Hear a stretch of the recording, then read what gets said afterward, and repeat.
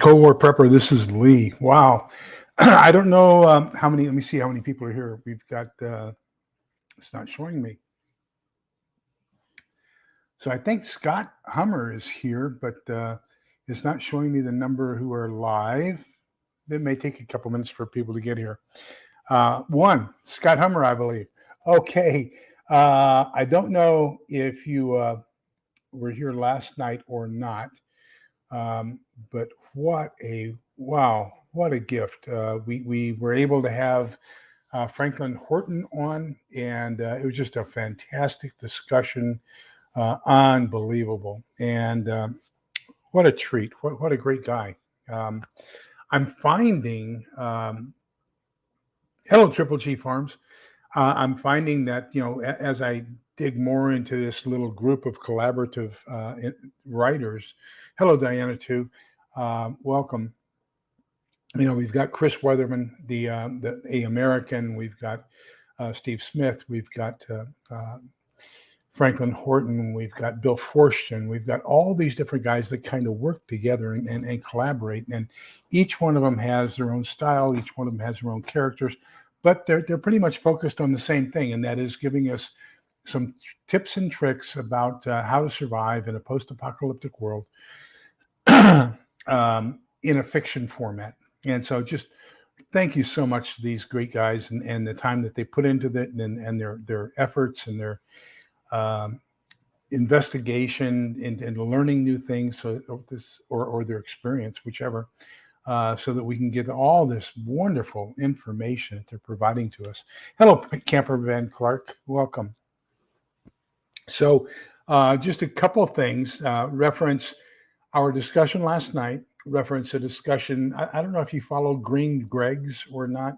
I would follow Green Greggs. I follow him. I follow him religiously. He doesn't sound like he is as smart as he is when you listen to him. I mean, when you first see him, because he is a very down to earth guy and just unbelievable. But he has been talking about fifth generation warfare, Chinese communist special agents in the U.S. and everything else. And so a little bit of stuff that we found out here recently, and this is all relationship in relationship to the fifth generation warfare, and then the two Chinese colonels talking about their unrestricted warfare and what they're going to do to undermine the U.S. And there's going to be a whole bunch of little bitty things that you can't tie together in specific patterns, but it's going to be just things that don't make sense, and they're going to be random acts that do things differently and kind of take things weird. So this is Volt Typhoon.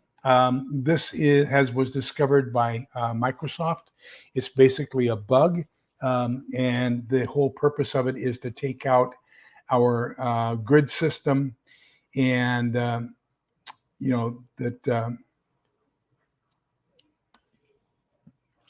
so they plan on doing a whole bunch of different things to our grid system, to our monetary system, to just all kinds of things. They're going to do that through different kinds of bugs. And I thought that was very interesting. Let me get rid of all these other, keep getting all these notices. So then we had a couple other things kind of weird happen today. Let me share one or two others with you here. We had a train derailment. If I can find it here. There we go. So we had tank derailments in Spartanburg County. And what's really strange about this is the toxic or the terrible stuff that was on this train did not spill, did not fall off the tracks or anything else. So what's really kind of eerie about this one, just one of those strange things, is that it's on the property of the Torre plant. So what does the Torre plant do?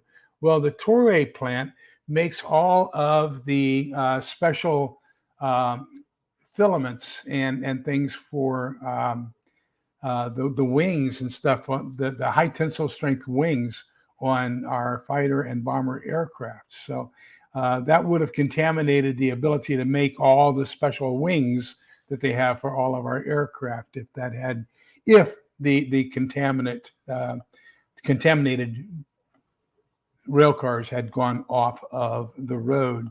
Another strange one that kind of happened today. I'm just saying, guys, keep your eyes open. I think S is Hing TF right now. But let me show you one more here, and then we'll get into this discussion from.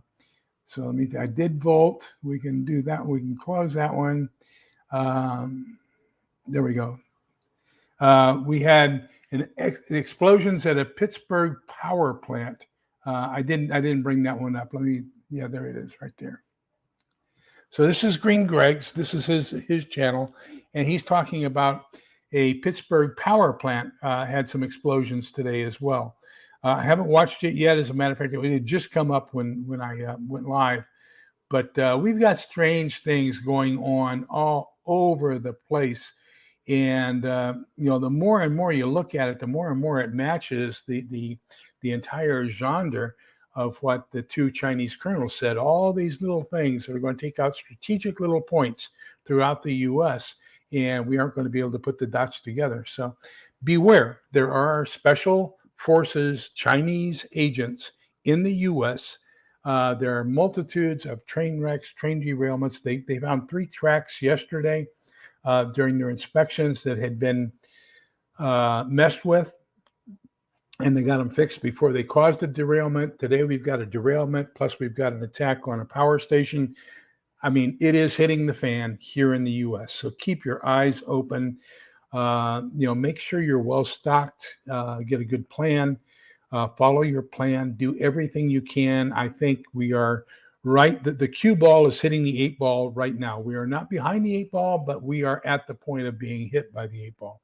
So please make sure you do that. Don't forget, I still have to do an announcement and schedule it on StreamYard. But day after tomorrow, we are doing Conflicted Home. So this is A American, Chris Weatherman. We're going to do this book as our fiction book club review for for this coming Thursday.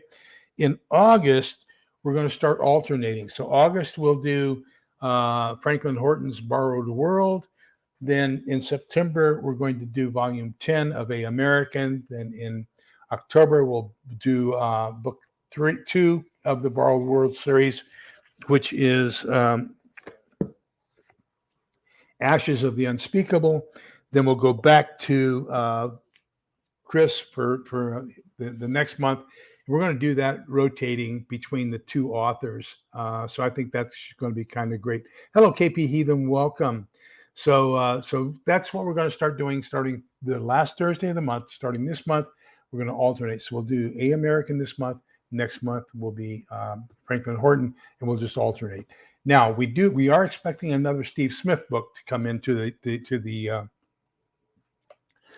files here pretty soon. As soon as that happens, then we'll interrupt that other pattern and insert Steve's book, and then we'll continue on from there. Okay, so tonight we're finishing up The Dark Secrets of SHTF Survival.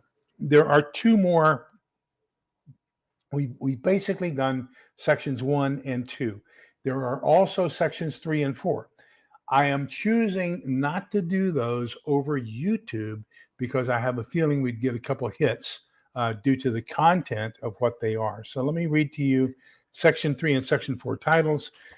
Section 3 is The Brutal Truth About Death and Violence in a Post-SHTF World.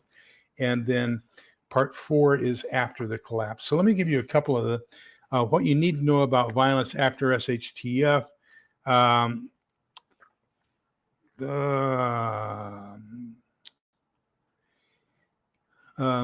You feel like everything is possible and that you're immune from prosecution and stuff like that. And so you do things that you normally would not do in a normal world. Understanding the reality of death, common causes of death after SHTF, snipers, shelling, disease, bombardments, and how they stick with you. What happens to women during SHTF, what combat was really like, what you can take, what your weapon can take and how to fix it, how to train yourself, what weapon caliber, stopping power, etc. do you need, how terror is used strategically, 3 things you need to know about killing another person. So, when you start getting into stuff like that, I'm afraid that if we started discussing that here on YouTube, that they would get upset. So just an idea. Darn good book. Make sure you have a copy of this and you've read the entire thing in your library. I mean, it's just very valuable information. So let's go ahead and cover that last part that I want to cover this evening in this book before we start over. And then next month, I'm sorry, not next Tuesday, but the Tuesday following. So I'm going to give you a 1-week break so you can get this book and read the first 2 chapters. So starting on August 8th, I believe, is going to be our first Tuesday night. So August 8th, we're going to do the first 2 chapters, the introduction and chapter 1 of this book. So that'll give you time to do it. It is now, I have amended the auto fill for all of my videos so that when a video comes up now, any new videos, it's going to have the link so you can buy that in it. Okay, let's talk about what we're doing here with Mr.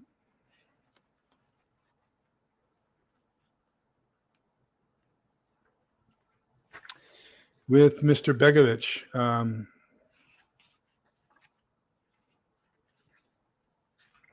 Okay, what an average day is really like in an SHTF world. So I'm going to just read one paragraph here. One aspect was the sleep cycle, the time when you sleep and the time when you're awake and active. One of the most basic rules that jumped in was that most of the activities were safer and got done during the night. Of course, violence also mostly happens during the night, violence that included close fighting. So one of the things, in the intelligence world, we work what's called 6-2 rotating. The Navy does a 2-2-2, 2-2-2-40 or something like that. I forget what they call it, but they do a reverse. They do mids, then 2 mids, then 2 swings, and then 2 days, and then they get basically like 3 or 4 days off. In the Army, we'll work 6 days. So that's from 7:30 a.m. from 7 a.m. to 3:30 p.m. And then 2 days off, and then 6 swings, and that's going to be from 3:30 in the afternoon until midnight, and then we're going to do 3 mids, 2 days off, and then 6 mids from midnight until 7:30. So day shift works 8.5 hours, swings works 8 hours, and then midnight shift works 7.5 hours. And you get 2 days off after each one. We call the break between mids and days the coffee break because it's right at 48 hours. I mean, you hardly have any kind of a weekend at all. Plus, you've got to get used to waking up again early in the morning and going back to work.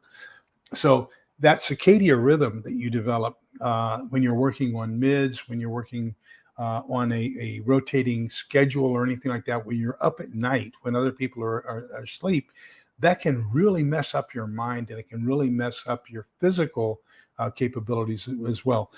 As a matter of fact, I had a really hard time adjusting to it. So whenever there was a position open where I could volunteer to go to straight mids, I did that. So I was able to work my last 2 years at Fuel Station Augsburg in the late 70s. I worked straight mids, Monday through Friday, midnight shift. And of course, when I got back to my barracks and got in my bunk, that's when 3rd of the 63rd Armored and 1st of the 18th Field Artillery were doing their PT, and they would run by seemed like they timed their PT so that they did their Jody calls just as I was falling asleep. And my head was probably 30 feet from the road where they were yelling their cadence. So, and of course, all the inspections and everything happened during the daytime. There was one time I had just gotten off a mid. I'd come back. The sergeant major said he wanted to show my room to the brigadier general, who is the general in charge of the WAC, the Women Armies Corps. And I said, okay. So we had this brand new furniture and came in, put on my headphones, put on a Jerry Rafferty album, stripped down to my skivvies, and I was bent over my bed because I thought they'd already been there. And I bent over my bed because they had a little folding drawer underneath, and that's where I kept my blue jeans. And here I was pulling out my blue jeans to put them on. And I saw something underneath my armpit, and I looked, and here's the sergeant major, the colonel, and this general staring at my rear end as I'm bent over the bed, half naked in my underwear, getting my stuff out from underneath the deal. But working mids was quite an experience for 2 years. It did allow me to concentrate on getting my bachelor's, however. So I was very happy with that. And the government paid 80% of that. So, but you need to be aware of the fact that you're not going to have a solid life as far as a solid schedule of when you're going to be sleeping and when you're not going to be sleeping. And I will also tell you, whenever it's your turn to sleep, it's always going to be the time when activity is going to happen. When I was in a tactical unit and we did tactical intercept, we would work 12 and 12, 12 on, 12 off, and in a combat zone or something like that. So, and then when you're 12 off, you had to pull a 4-hour guard duty. So that 4-hour guard duty inevitably would be right in the middle of my sleep time. So you get 4 hours of sleep, 4 hours guard duty, 4 hours sleep, and then work 12 hours. Or we would have to relocate and move the unit. And if that happened, it always happened during my sleep time. So you're driving, tearing down the concertina, putting everything on the vehicles, moving out, getting to a new location, setting everything up, putting out the concertina. As soon as you get it all set up, then it's my turn to go on shift. So, just beware. Your sleep is going to be totally deprived. It's going to be your circadian rhythm is going to be messed up. Your ability to rationalize, your cognitive ability is going to be degraded. Your reaction time is going to be degraded. You're going to be in a constant state of just kind of euphoria, in a funk, let's call it, where you feel like you're a zombie just going about doing the actions. And so be cautious. In a post-apocalyptic world, you are not going to be as aware, as able to quickly think, as able to quickly react as you are now. You're going to be physically impaired because of your sleep schedules,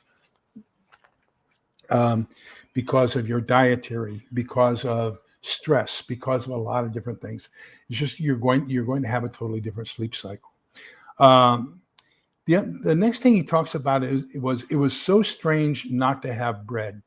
And so in most European cultures, there's two things that they always have, it seems as if. One of them is a loaf of bread. They just constantly have a loaf of bread. As a matter of fact, in most of the Slavic countries, when a guest comes into the house, one of the things that they'll do is they'll slice off a piece of bread and give that and salt. And this is also a Jewish tradition, by the way. They'll give salt and bread to a guest who's coming into the house. And so that's how valuable bread is in their society. They did not have fresh bread. And that was really, really alarming to them. So he says, flour became extremely important to them, and they would make pan bread, basically. And so yeast was a very rare commodity. So they would eat unleavened bread. When they had leavened bread, it was like a celebration because that was such an inherent part of their culture. The other part of that is they seem to have a soup going almost all the time, either a soup or a pot of tea. And so that would be the other thing. Come on in, sit down, have a cup of soup. And now we kind of emulated that in the Army. In the fact that when we had a stove that would burn off of diesel or gasoline, and we would keep a big 3-gallon, 5-gallon pot on it, and we called that our stone soup or our rock soup. And so basically the idea behind it was you come in and dump your entree from your C rations or your entree from your MREs into this pot of water that was going, and then you took a scoop out and put that into your mess cup, and that was your soup that you were getting. So you may have added in chili and rice, or you may have added in beef cubes, barbecue beef cubes. There was always something different going into the pot, and then as you were taking it out, there was always a different taste. But everybody contributed to it, and it was always a soup that was going. Let me see. So he says, not only is your schedule of sleeping messed up, but so is your schedule of eating. And he talks about how quite often he was asleep when there was a meal kind of being served and nobody would wake him up to eat. Uh, so it was very rare when we could all sit together to have dinner or breakfast simply because someone was always sleeping and someone else was always busy with something, especially guard duty. Um, and so, just you can't get everybody together for a meal. And so, you got to make provisions for that.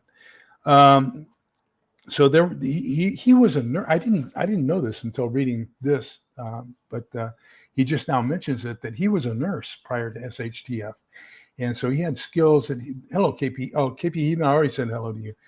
You're saying hello to Triple G Farms. Hi, David Lynn. Welcome. And so he was a nurse prior to SHTF. So he said his medical skills became something that was very barterable. That he was able to help people with different things. He said fungus, especially foot fungus, toenail fungus, and then fungal diseases in the crotch and groin were very, very common because of a lack of hygiene. And he said he was really disappointed even in himself at how you became so accustomed to being dirty and being unhygienic. And it just totally surprised him afterwards. He says, you kind of didn't care for the stink, but then you realized you weren't the only one who stank. So let me see here. So the only job that there really was surviving. And, he says there were simple things like going out for firewood. You couldn't do it during the daytime because you became a sniper target. So you had to cut firewood at night. And it's interesting, but they didn't cure their firewood. They were at the point where they were burning raw green wood that had not been cured. So he says that there would be a fire detail go out and they'd leave the city, they'd go out to cut down a tree. And so you had one of two options. You're out there cutting this tree down in the dark. And so you either process the wood into smaller pieces there and carried it back, so you could, or you would try to carry, several guys would try to carry one big piece and then process it back at the back. And the third option was that sometimes they would do a little bit of processing, leave a guard to guard over the felled tree, then they'll try to process it over several different nights. But, just talking about how complicated simple chores were, like getting firewood for cooking and heating. And so I think probably part of what we probably need to talk about is a little bit of relevancy. So if you imagine that Bosnia, Herzegovina, Serbia, they're all roughly right there, right across the Adriatic Sea from Venice, okay? And Venice is a little bit north of Rome and opposite shores of Italy. So Venice is on the east coast of Italy and Rome is on the west coast, basically. Not right on the coast, but closer to the west coast. And so then let's take a look at where is this relative to the U.S. So Rome has the exact same latitude, plus or minus a second or two, as New York City. So if Rome is the same as New York City, that means that Bosnia, Serbia, Herzegovina are probably about the same as Maine, Newfoundland, Quebec.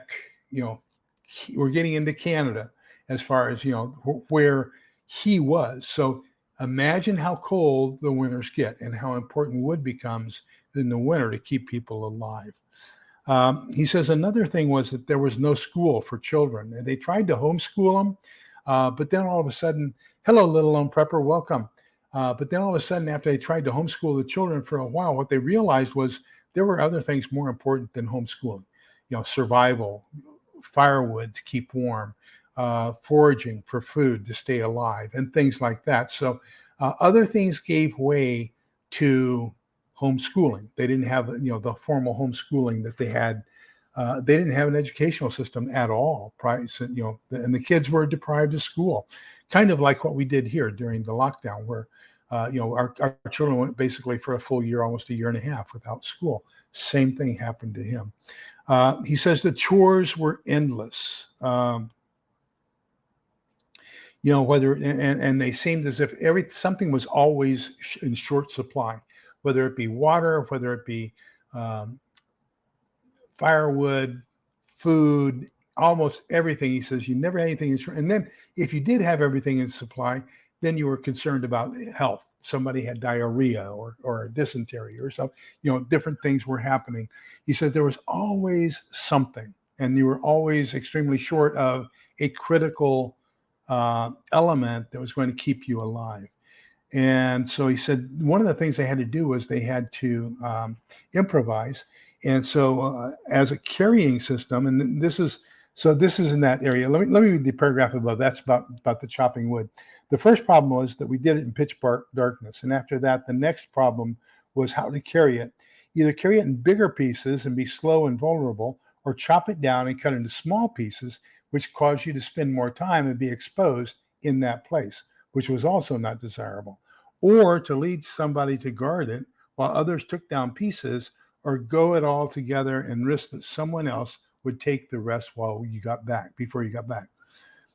As a carrying system, and that's what I wanted to kind of stress here in this area, people often used homemade carts, very, very rudimentary setups, made from an old baby cart or a wooden box, from wheels from a baby cart or similar, or we would simply carry it on our back with bigger pieces and chop it later in our yard where it was much easier to do. So I can imagine a travoy, kind of like what the Native Americans used. It's just simply kind of a V of logs. Let me see if I can get my hands, coordinate my hands here. Yeah, it's a V, okay? And so that it doesn't meet at the bottom, but there's sticks connecting it across. And then it was wide enough to where it could be tied to a horse on either side. But then again, you could also carry it on your shoulders. So you have this system of sticks, 2 long sticks that go down. They're almost meeting at the bottom. And then you got lateral sticks that you're going to place the load on, and then that becomes your carrying system. So that's a rudimentary way of doing it. I realized that this was going to be a problem for me a couple of years ago. So number one, I bought 2 of those 2-wheel dollies. And so my wife and my bug out bags, because they're far more than either of us could carry for a long distance. Both of our bug out bags are right now zip tied to a 2-wheel dolly so that we can carry it kind of on wheels behind us as we walk along. I also asked my daughter, 2 or 3 years ago, for one of those heavy duty yard wagons. And this one's rated where it can carry like 400 pounds, solid steel with steel fold down sides that fold up. It's a really heavy duty garden tractor. Because that was before I had my rain catchment system installed, and I figured that what I was going to have to do was walk down to the river and walk back. It's about a mile each way to the river, and I would have to walk each way and probably take 2 5-gallon jugs of water. So a 5-gallon jug of water is right at 40 pounds, and 2 of them would be 80 pounds. No way I'm going to manhandle those. I wouldn't even be able to just manhandle 1, let alone 2. So I knew I was going to have a way to do it. So I asked my daughter for that cart for Christmas, and of course I got it. And so now that I read this, I'm very happy that I had that foresight, because now I've got both of the 2-wheel dollies as well as and I can cut the zip ties if I need to use the 2-wheel dollies, and the 4-wheel cart that I can use to go out on scavenging trips or wood acquisition trips or anything like that. So I think one of the things you might want to do is make a note for yourself, check into a good 4-wheel garden cart, heavy duty, or a 2-wheel dolly that's going to be part of your prepping supplies. This is where he says, but usually we're missing something. When the system is out, there's way too much time is needed to take care of just everyday needs. It gets into it a little bit more detail here, just another paragraph. And I think this becomes essential too. He says, sanitation was totally different too. So he said soap was impossible to get. When you could, it was extremely expensive. Things like alcohol pads were traded, but there just wasn't enough to meet all of their needs. Real problems were connected with bad food and bad water treatment. And so there was contaminated food. There were some UN drops of food MREs and things like that that they got. And he said those were extremely valuable to him. And water purification became an important thing too. And that's where most of their dysentery came from, he believes, was from their water supply. He said that, most family members kind of coagulated into one home. And so, that's probably the easiest way to know that you can trust somebody is the fact that they are a relative. So today, we're still getting all of our stuff repaired from the hail damage back in April. And the last thing today is we had some water damage in the ceiling in the living room. So they came in today and they replaced the drywall for the ceiling. And, so I have everything here on the table, all my purchases for the previous that I've done. I'm getting ready for, Saturday prepper pantry haul. And he noticed it, and we started talking about it. And he says, "What's this?" And I showed him. I said, "Well, I was reading this fantastic book," and I showed him Franklin Horton's book, The Borrowed World. And I said he recommended getting fishing line and these little bells, and then putting metal objects in tin cans and hanging those as a tripwire system, as an alarm system around your house after SHTF happens, because there might be people who think that I have things that they want and I need an alarm system, because my other alarm system just depends. It may or may not be working depending upon how the battery situation is with my solar system. Hello, Pat. And wow. I am so sorry, but glad you're here. And Rick Caldwell is here as well. So he said, "Well, I'm coming here after SHTF." And I told him, I said, "That's why I'm getting the tripwire system," And but we started talking. We had a good talk. And so he seems like a nice guy. We'll see what happens here. I told him about tonight. I told him about my video channel and everything else. So he may be joining us here in the near future as well. So he says, before SHTF, everything gender-wise in his country was pretty much, men and women. He was a male nurse. People had their professions. People did things. Education, the whole bit, and so things were totally different. He said, however, once SHTF happened, then everything in reverted back to pre-education type traditional roles. The women would become the foragers. They would stay home and take care of the children. They were taking care of the sick and injured. They were doing the parenting duties and all that kinds of stuff. The men were out doing all the heavy lifting, the hunting, the chopping, the guard duty. They were the ones who were expected to be the fighters, whereas the women were expected to be the nurturers and the healers. And so everything kind of fell back into old traditional roles. Not that they wanted it that way, but that's just the way that it kind of seemed to happen. Hello, Sumi. And, there's just, there's different historic roles that people just kind of acquiesce back into automatically as a result of SHTF.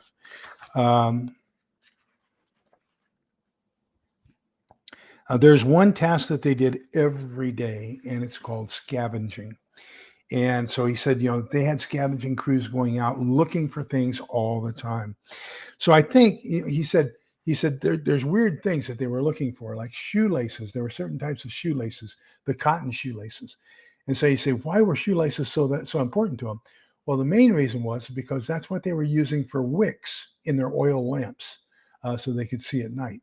And so there was a certain type of, most of the other shoelaces had some plastic in them. So if you use them, they put off a black smoke and it smelled terrible. He says it smelled like donuts.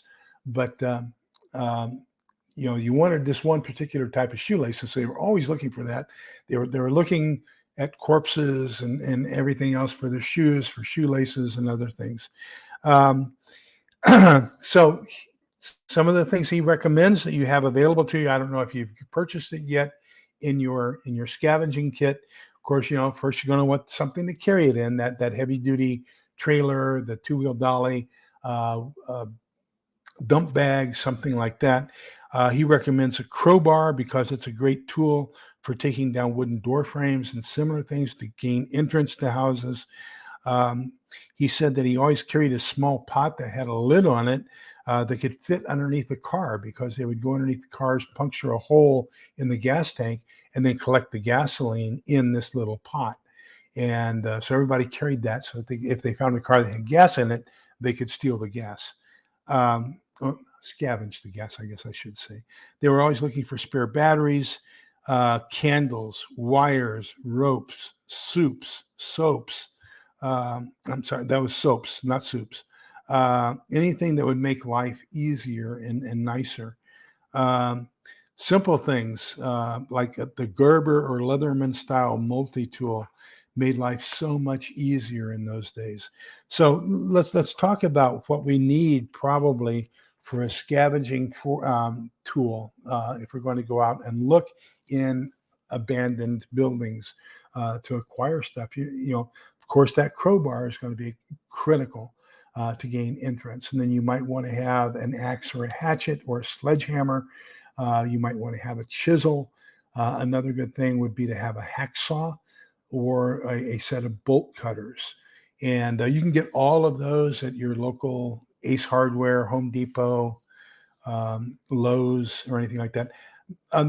You can buy from Lowe's or Home Depot, either one. You know, I have stock in that. I don't have stock in Home Depot, but I do like them. I like the fact that they're franchised and locally owned. But anyhow, you know, so those are some of the tools you might want to consider having in a scavenging bag or gear collection to go out scavenging and looking for things.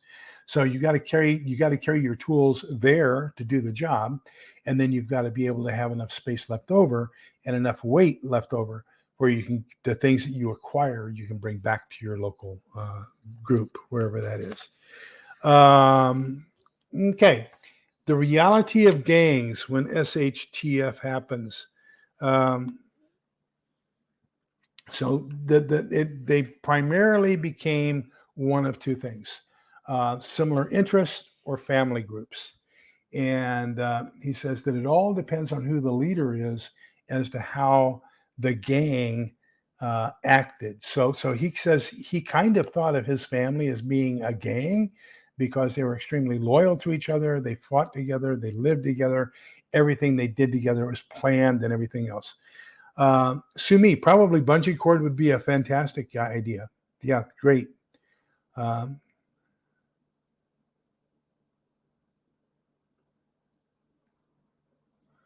Oh, thank you, Rick. I assume you're talking about thumbs ups. Thank you very much for that.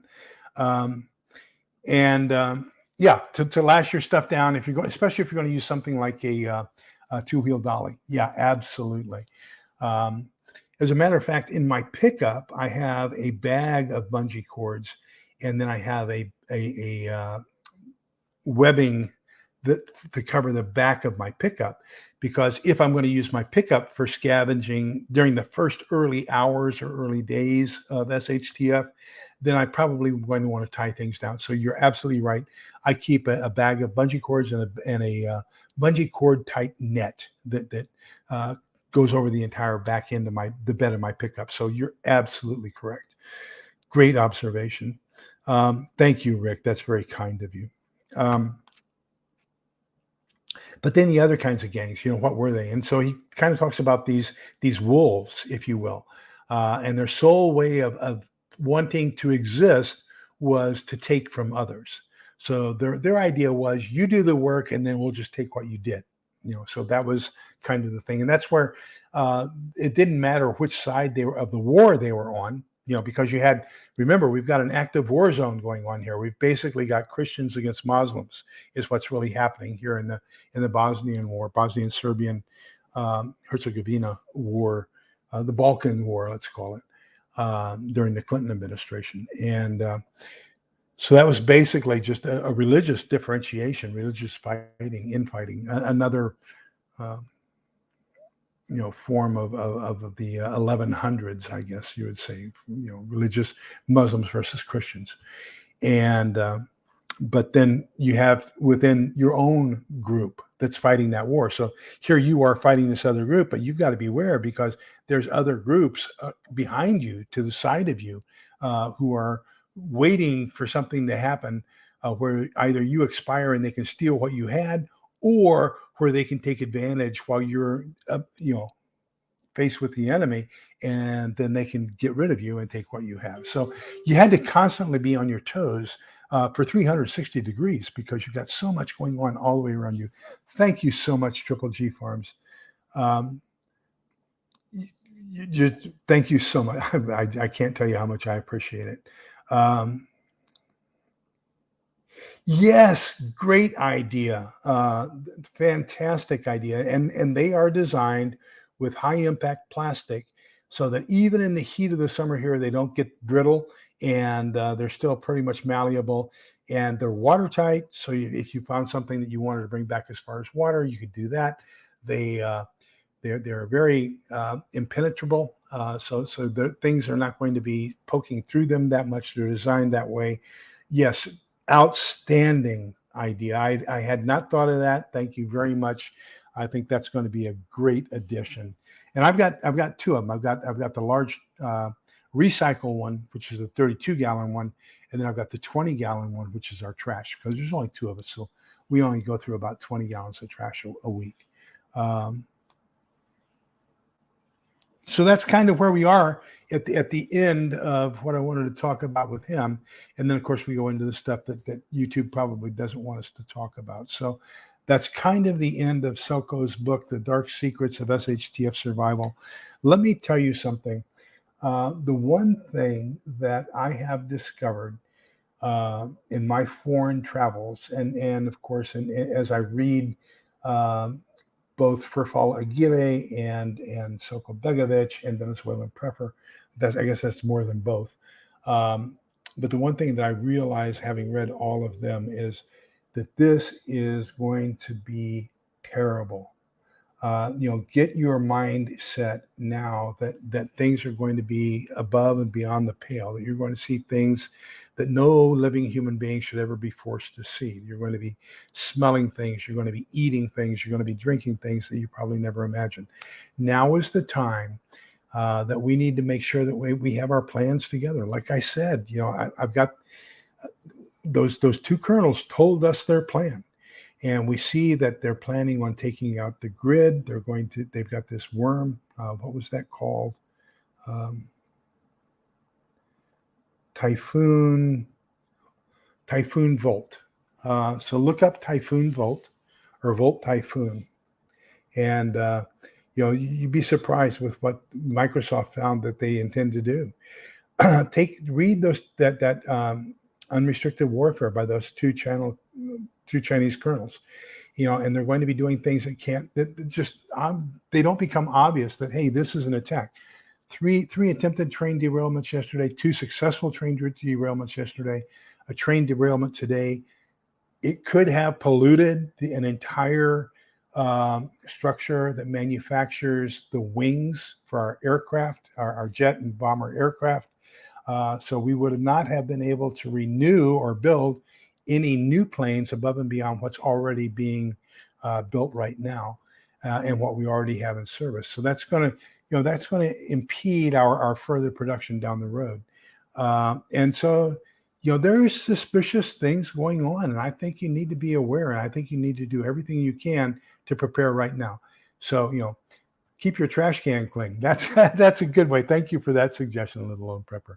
That's a great one. So Rick says that he's had it for 6 months. And it's not going to be good. We tried that, Little Lone Prepper. We tried that, but then you would live with Vicks under your nose for 24 hours a day for 365 days. Most combat tours are 365 days. It's actually, what happens is you get desensitized to it after maybe a month. And you even notice when the obnoxious smell changes to something else. And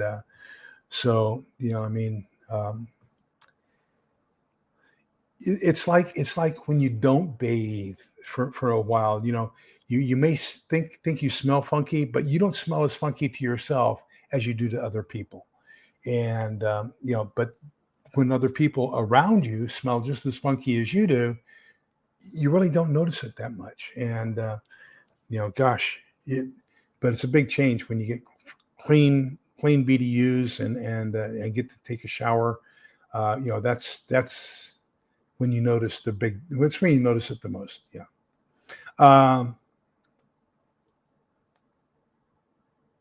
Thank you. Good suggestion. That's kind of in the same area as the Vicks vapor rub under your nose.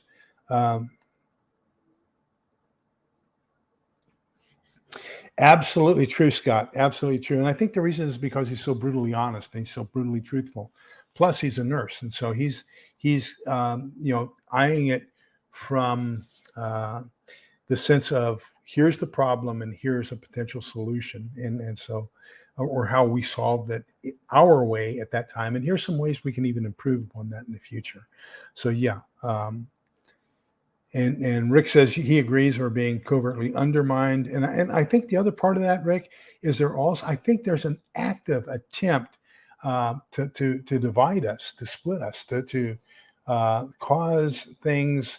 I just posted on my Facebook channel a meme, and it says, I sure do wish that the 1% of the people who are disgusted with everything would quit bothering the other 99% of us.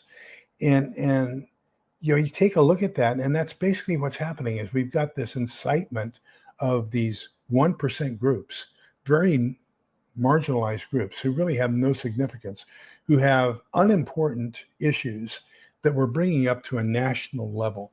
And I think it's being done for the sole purpose of dividing us.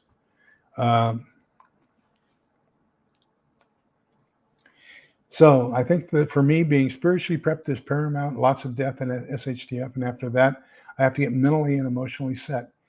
Being as good physical.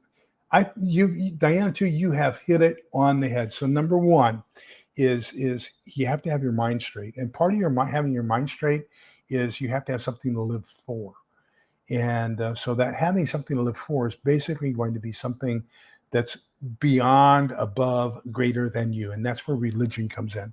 And that is giving ourselves to that greater thing. Today, this morning, in my catechism in a year with Father Mike, the discussion was about anointing of the sick. And he talked about James 5, the 5th chapter of James, and the anointing of the sick with oil. And, how important that is, because we realize that we can, when we are sick and when we have problems with illness or when we have problems with pain, we can either succumb to it and take out our anxiety towards everyone around us, or we can give into it and then accept the fact that there is something greater than this waiting for us, and we can be pleasant and well, not pleasant, but at least respectful to the people around us as we go through that. And it was really eye-opening when he was talking about the 10 chapters here in the catechism about anointing of the sick and the purpose behind it and how we as individuals are and how important it becomes to us. So I think you're right. Number one is religion. Number two is we need to be physically. So we have to be mentally straight. We have to be physically straight. Okay. And, can we live up to some of the things? Because number one, make sure you have a good immune system, get plenty of zinc and other things, that are an airborne, immune C or whatever, get all those kinds of things, because there's going to be a lot more disease and we're going to be exposed to an awful lot of disease. Remember, there's that book that was that report that was put out to Congress on an EMP. And I think that's pretty much the same thing we're looking at here. Just any kind of this major disruption to our country, 90% death rate within the first year, because, we're so addicted to electricity. And so I think it's going to be terrible. So spiritual, mental, physical. Number three, knowledge. Make sure you get the training. You can have a $5,000 first aid kit. But if you don't know how to apply direct pressure to a wound, or you don't know a pressure point, or you don't know where to put the tourniquet, even though you have the best tourniquet on the face of the earth, if you don't know where to place it and how to place it, then it does you no good. So I think number 3 is knowledge and skills. And then after that, we talk about the tools and the supplies and things like that. So yeah, I agree with you. I wholeheartedly agree with you. Let's see here. That's a great idea, Butch. I think I keep talking about, that basically a personal protective equipment that I keep in my pickup. I have an N95 mask. What you're doing is a step above what I'm doing. So yeah, I think that's great.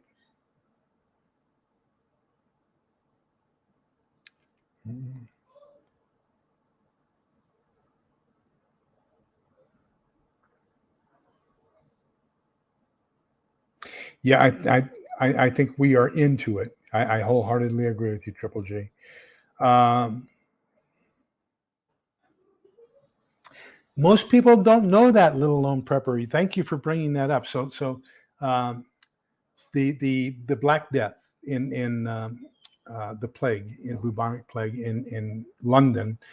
Basically, what it was it looked like ringworm. So it was you had a little kind of like a pimple with a ring around it, and those were the marks of the plague, and so that's the ring around a rosy, and then and that's part of the tradition as well as to why even to this day we send flowers to funerals. You would think, why are we sending flowers to funerals?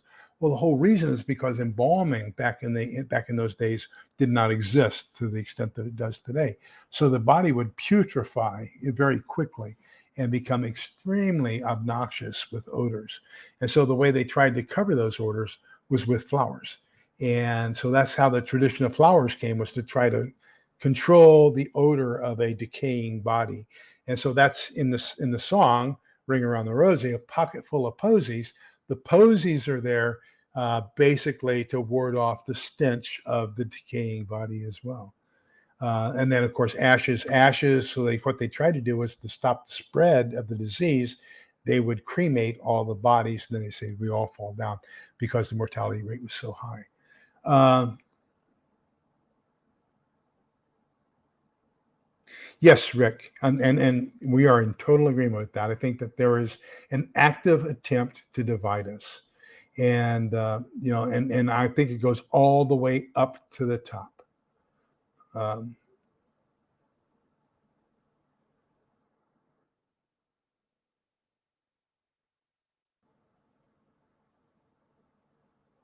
oh, Triple G Farms, I wholeheartedly agree. I saw today a notice, and I forget where it was. I think it's on the East Coast, that some surgeries are being some voluntary surgeries. I think that's what they're called. But anyhow, the ones that are not necessary, but they're just being done, because it will be a medical improvement, but it's not absolutely essential to save a life. Those are being canceled because of a shortage of IV fluids. And so we don't have any IV fluids made here in the US anymore. They're all made in India and China. And, that's another thing. Just think, what's the purity of the IV fluids, the normal saline or the 4% saline or D5W or Ringer's lactate, any of those bottled fluids, surgical fluids, medical fluids that are used as a suspension to carry medication into the body. um, you know, could they also be tampered with? And that could be another cause of taking us down. So, yeah, I mean, if I could afford, Abbott used to have right down here close to the Dell factory where I worked, they had a manufacturing facility that produced normal saline bags. So the 1 liter normal saline, 1 liter and 2 liter normal saline bags. And then they shipped it out to China. I would love to restart that factory and just do all of our normal saline, D5W, Ringer's lactate, make it manufacture it here in the U.S. so that we can control the quality of it and ensure that it's not being tampered with, and that we have an adequate supply. You see, Camper Van Clark, for a cart, I'm going to buy an Aldi shopping cart for 25 cents. Well, and switch out to some heavy duty wheels from Harbor Freight. That sounds like a great idea. Just give you one of my little pet peeves just to share with you. 0.25 cents is 1/4 of a cent. So you need to get rid of that decimal point. So it's either $0.25 or 25 whole cents, but not 1/4 of a cent.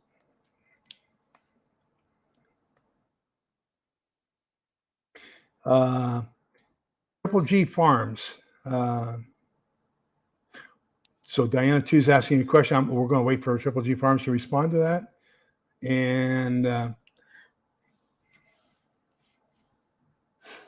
did you see that video? It's only like a minute and 18 seconds of our vice president talking about depopulation or population reduction. I mean, that's all she says. It's just 2 words, population reduction or depopulation or something like that. I mean, but it's right off the cuff. And yes, that is part of their agenda. Let me see here. Elective surgery. Thank you, Little Lone Prepper. I knew somebody know the right terminology. Thank you.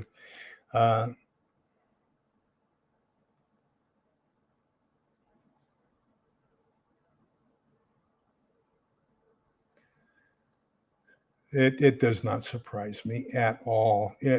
Because they're saying carbon emissions, and I think part of the thing that we have to remember is the U.S. is nowhere even in the top 10 as far as polluters, as far as hydrocarbons going into the air. China and India are both the 2 of them are responsible for like 50% of the world's pollution, and yet they aren't held to the same standards that we are. I grew up in El Paso, and across the border in Mexico, they use the low grade coal to heat their houses and to cool. I mean, to heat their houses and to cook. And so the border does not have an air border. So all that obnoxious smoke from the bad coal came across the border into El Paso. And El Paso is what they call a non-attainment zone. So they aren't meeting the air pollution requirements for the U.S. Environmental Protection Agency, EPA. And but it's not because of the emissions in El Paso. It's because of the emissions in Juarez. And they come across. Juarez is also about 3 to 4 times the population of El Paso. So, they don't have the emission standards on their vehicles that we have.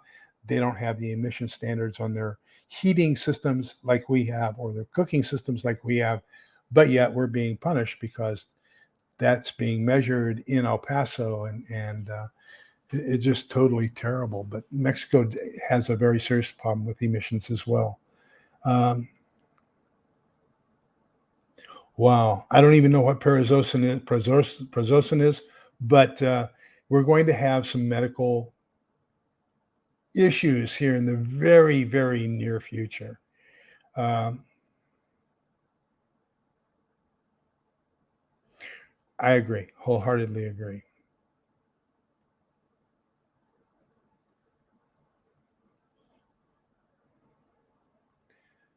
Okay, so that's pretty much it for this evening. Thank you all for being here. Who was that? I hope I didn't offend you, whoever that was. That was Camper Van Clark. I sincerely hope I didn't. I'm sorry. I probably should not have said that. And, uh,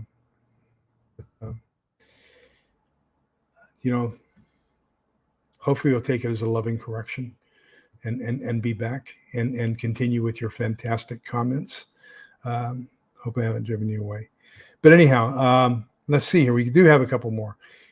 So yeah, you and I need to talk Triple G Farms. I understand there's an over-the-counter long-term and short-term insulins at Walmart that you can get even without a prescription, and they are shelf-stable, and they can be good for up to a year, I believe, if they're refrigerated. So we need to probably talk about that so I can make sure that I get the right ones.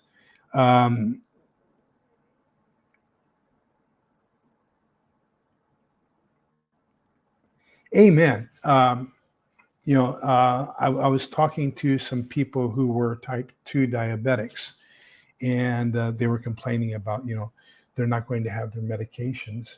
And I know for a fact one of them is diet, and I know for a fact that the other one is he doesn't watch his carbs at all. He eats what he wants to when he wants to. As a matter of fact, he was just hospitalized for a week. So he has no respect for the disease at all. And I mean, he's in good shape. He's in good physical shape, but he doesn't. The other one is severely obese and could probably get off of it if they lost weight. This one is just doesn't pay attention to the medication, to the regimen you need to do. Counting your carbs with each meal and making sure you don't exceed it. So I think that's going to be critical. Is we need to find out how we can take care of ourselves. So with exercise, I've been able to reduce my blood pressure medication by 50%. Hopefully one of these days, I get acupuncture. I just had acupuncture yesterday, my monthly acupuncture for my broken back. But, that lasts for about 2 to 3 weeks. I just don't like having those cortisone injections in the spine. I will avoid that at all costs, but I guess at some point I may have to do that. It gives me about 6 months relief.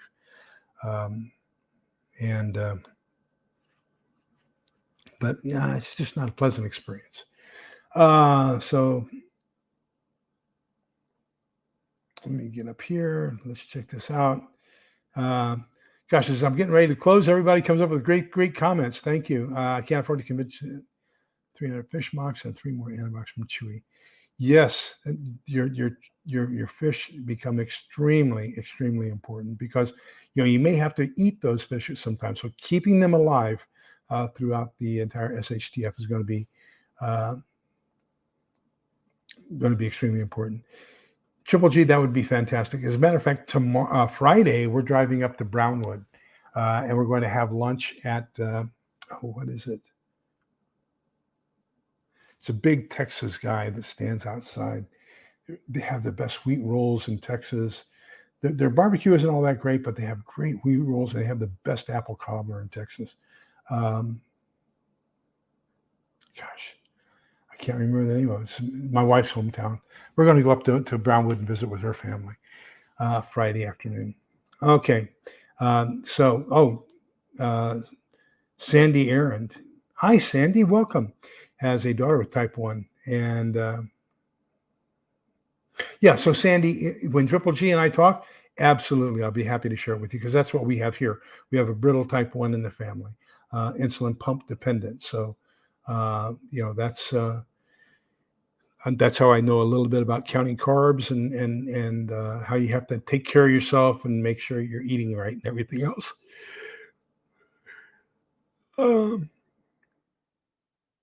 Which Graves has a type 1 in his group.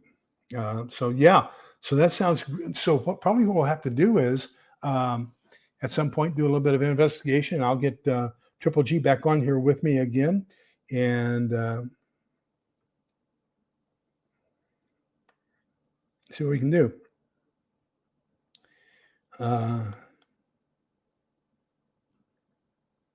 Probably.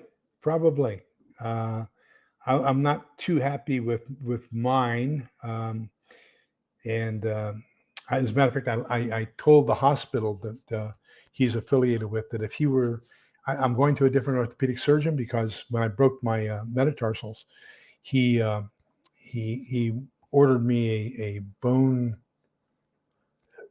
a machine that is supposed to magnetically heal the bones because they didn't heal within a certain amount of time.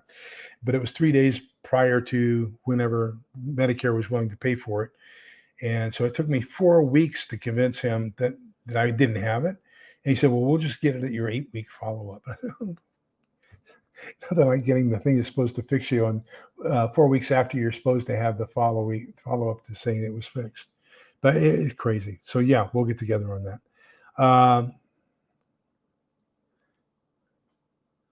Let me see. Oh, great. We'll have to plan that then. I've got a doctor who's willing to talk about it too. So limited to 2 types of insulin, regular RNPH and insulin N. You can get a pre-mixed combination.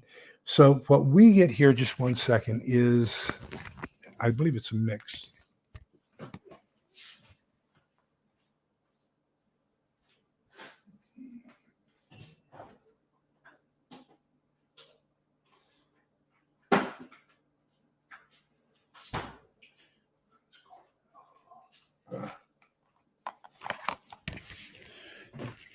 So since it goes in the pump and it's constantly measuring blood sugar and then administering a dose based on what's needed, it's just one type, and it's called Novolog.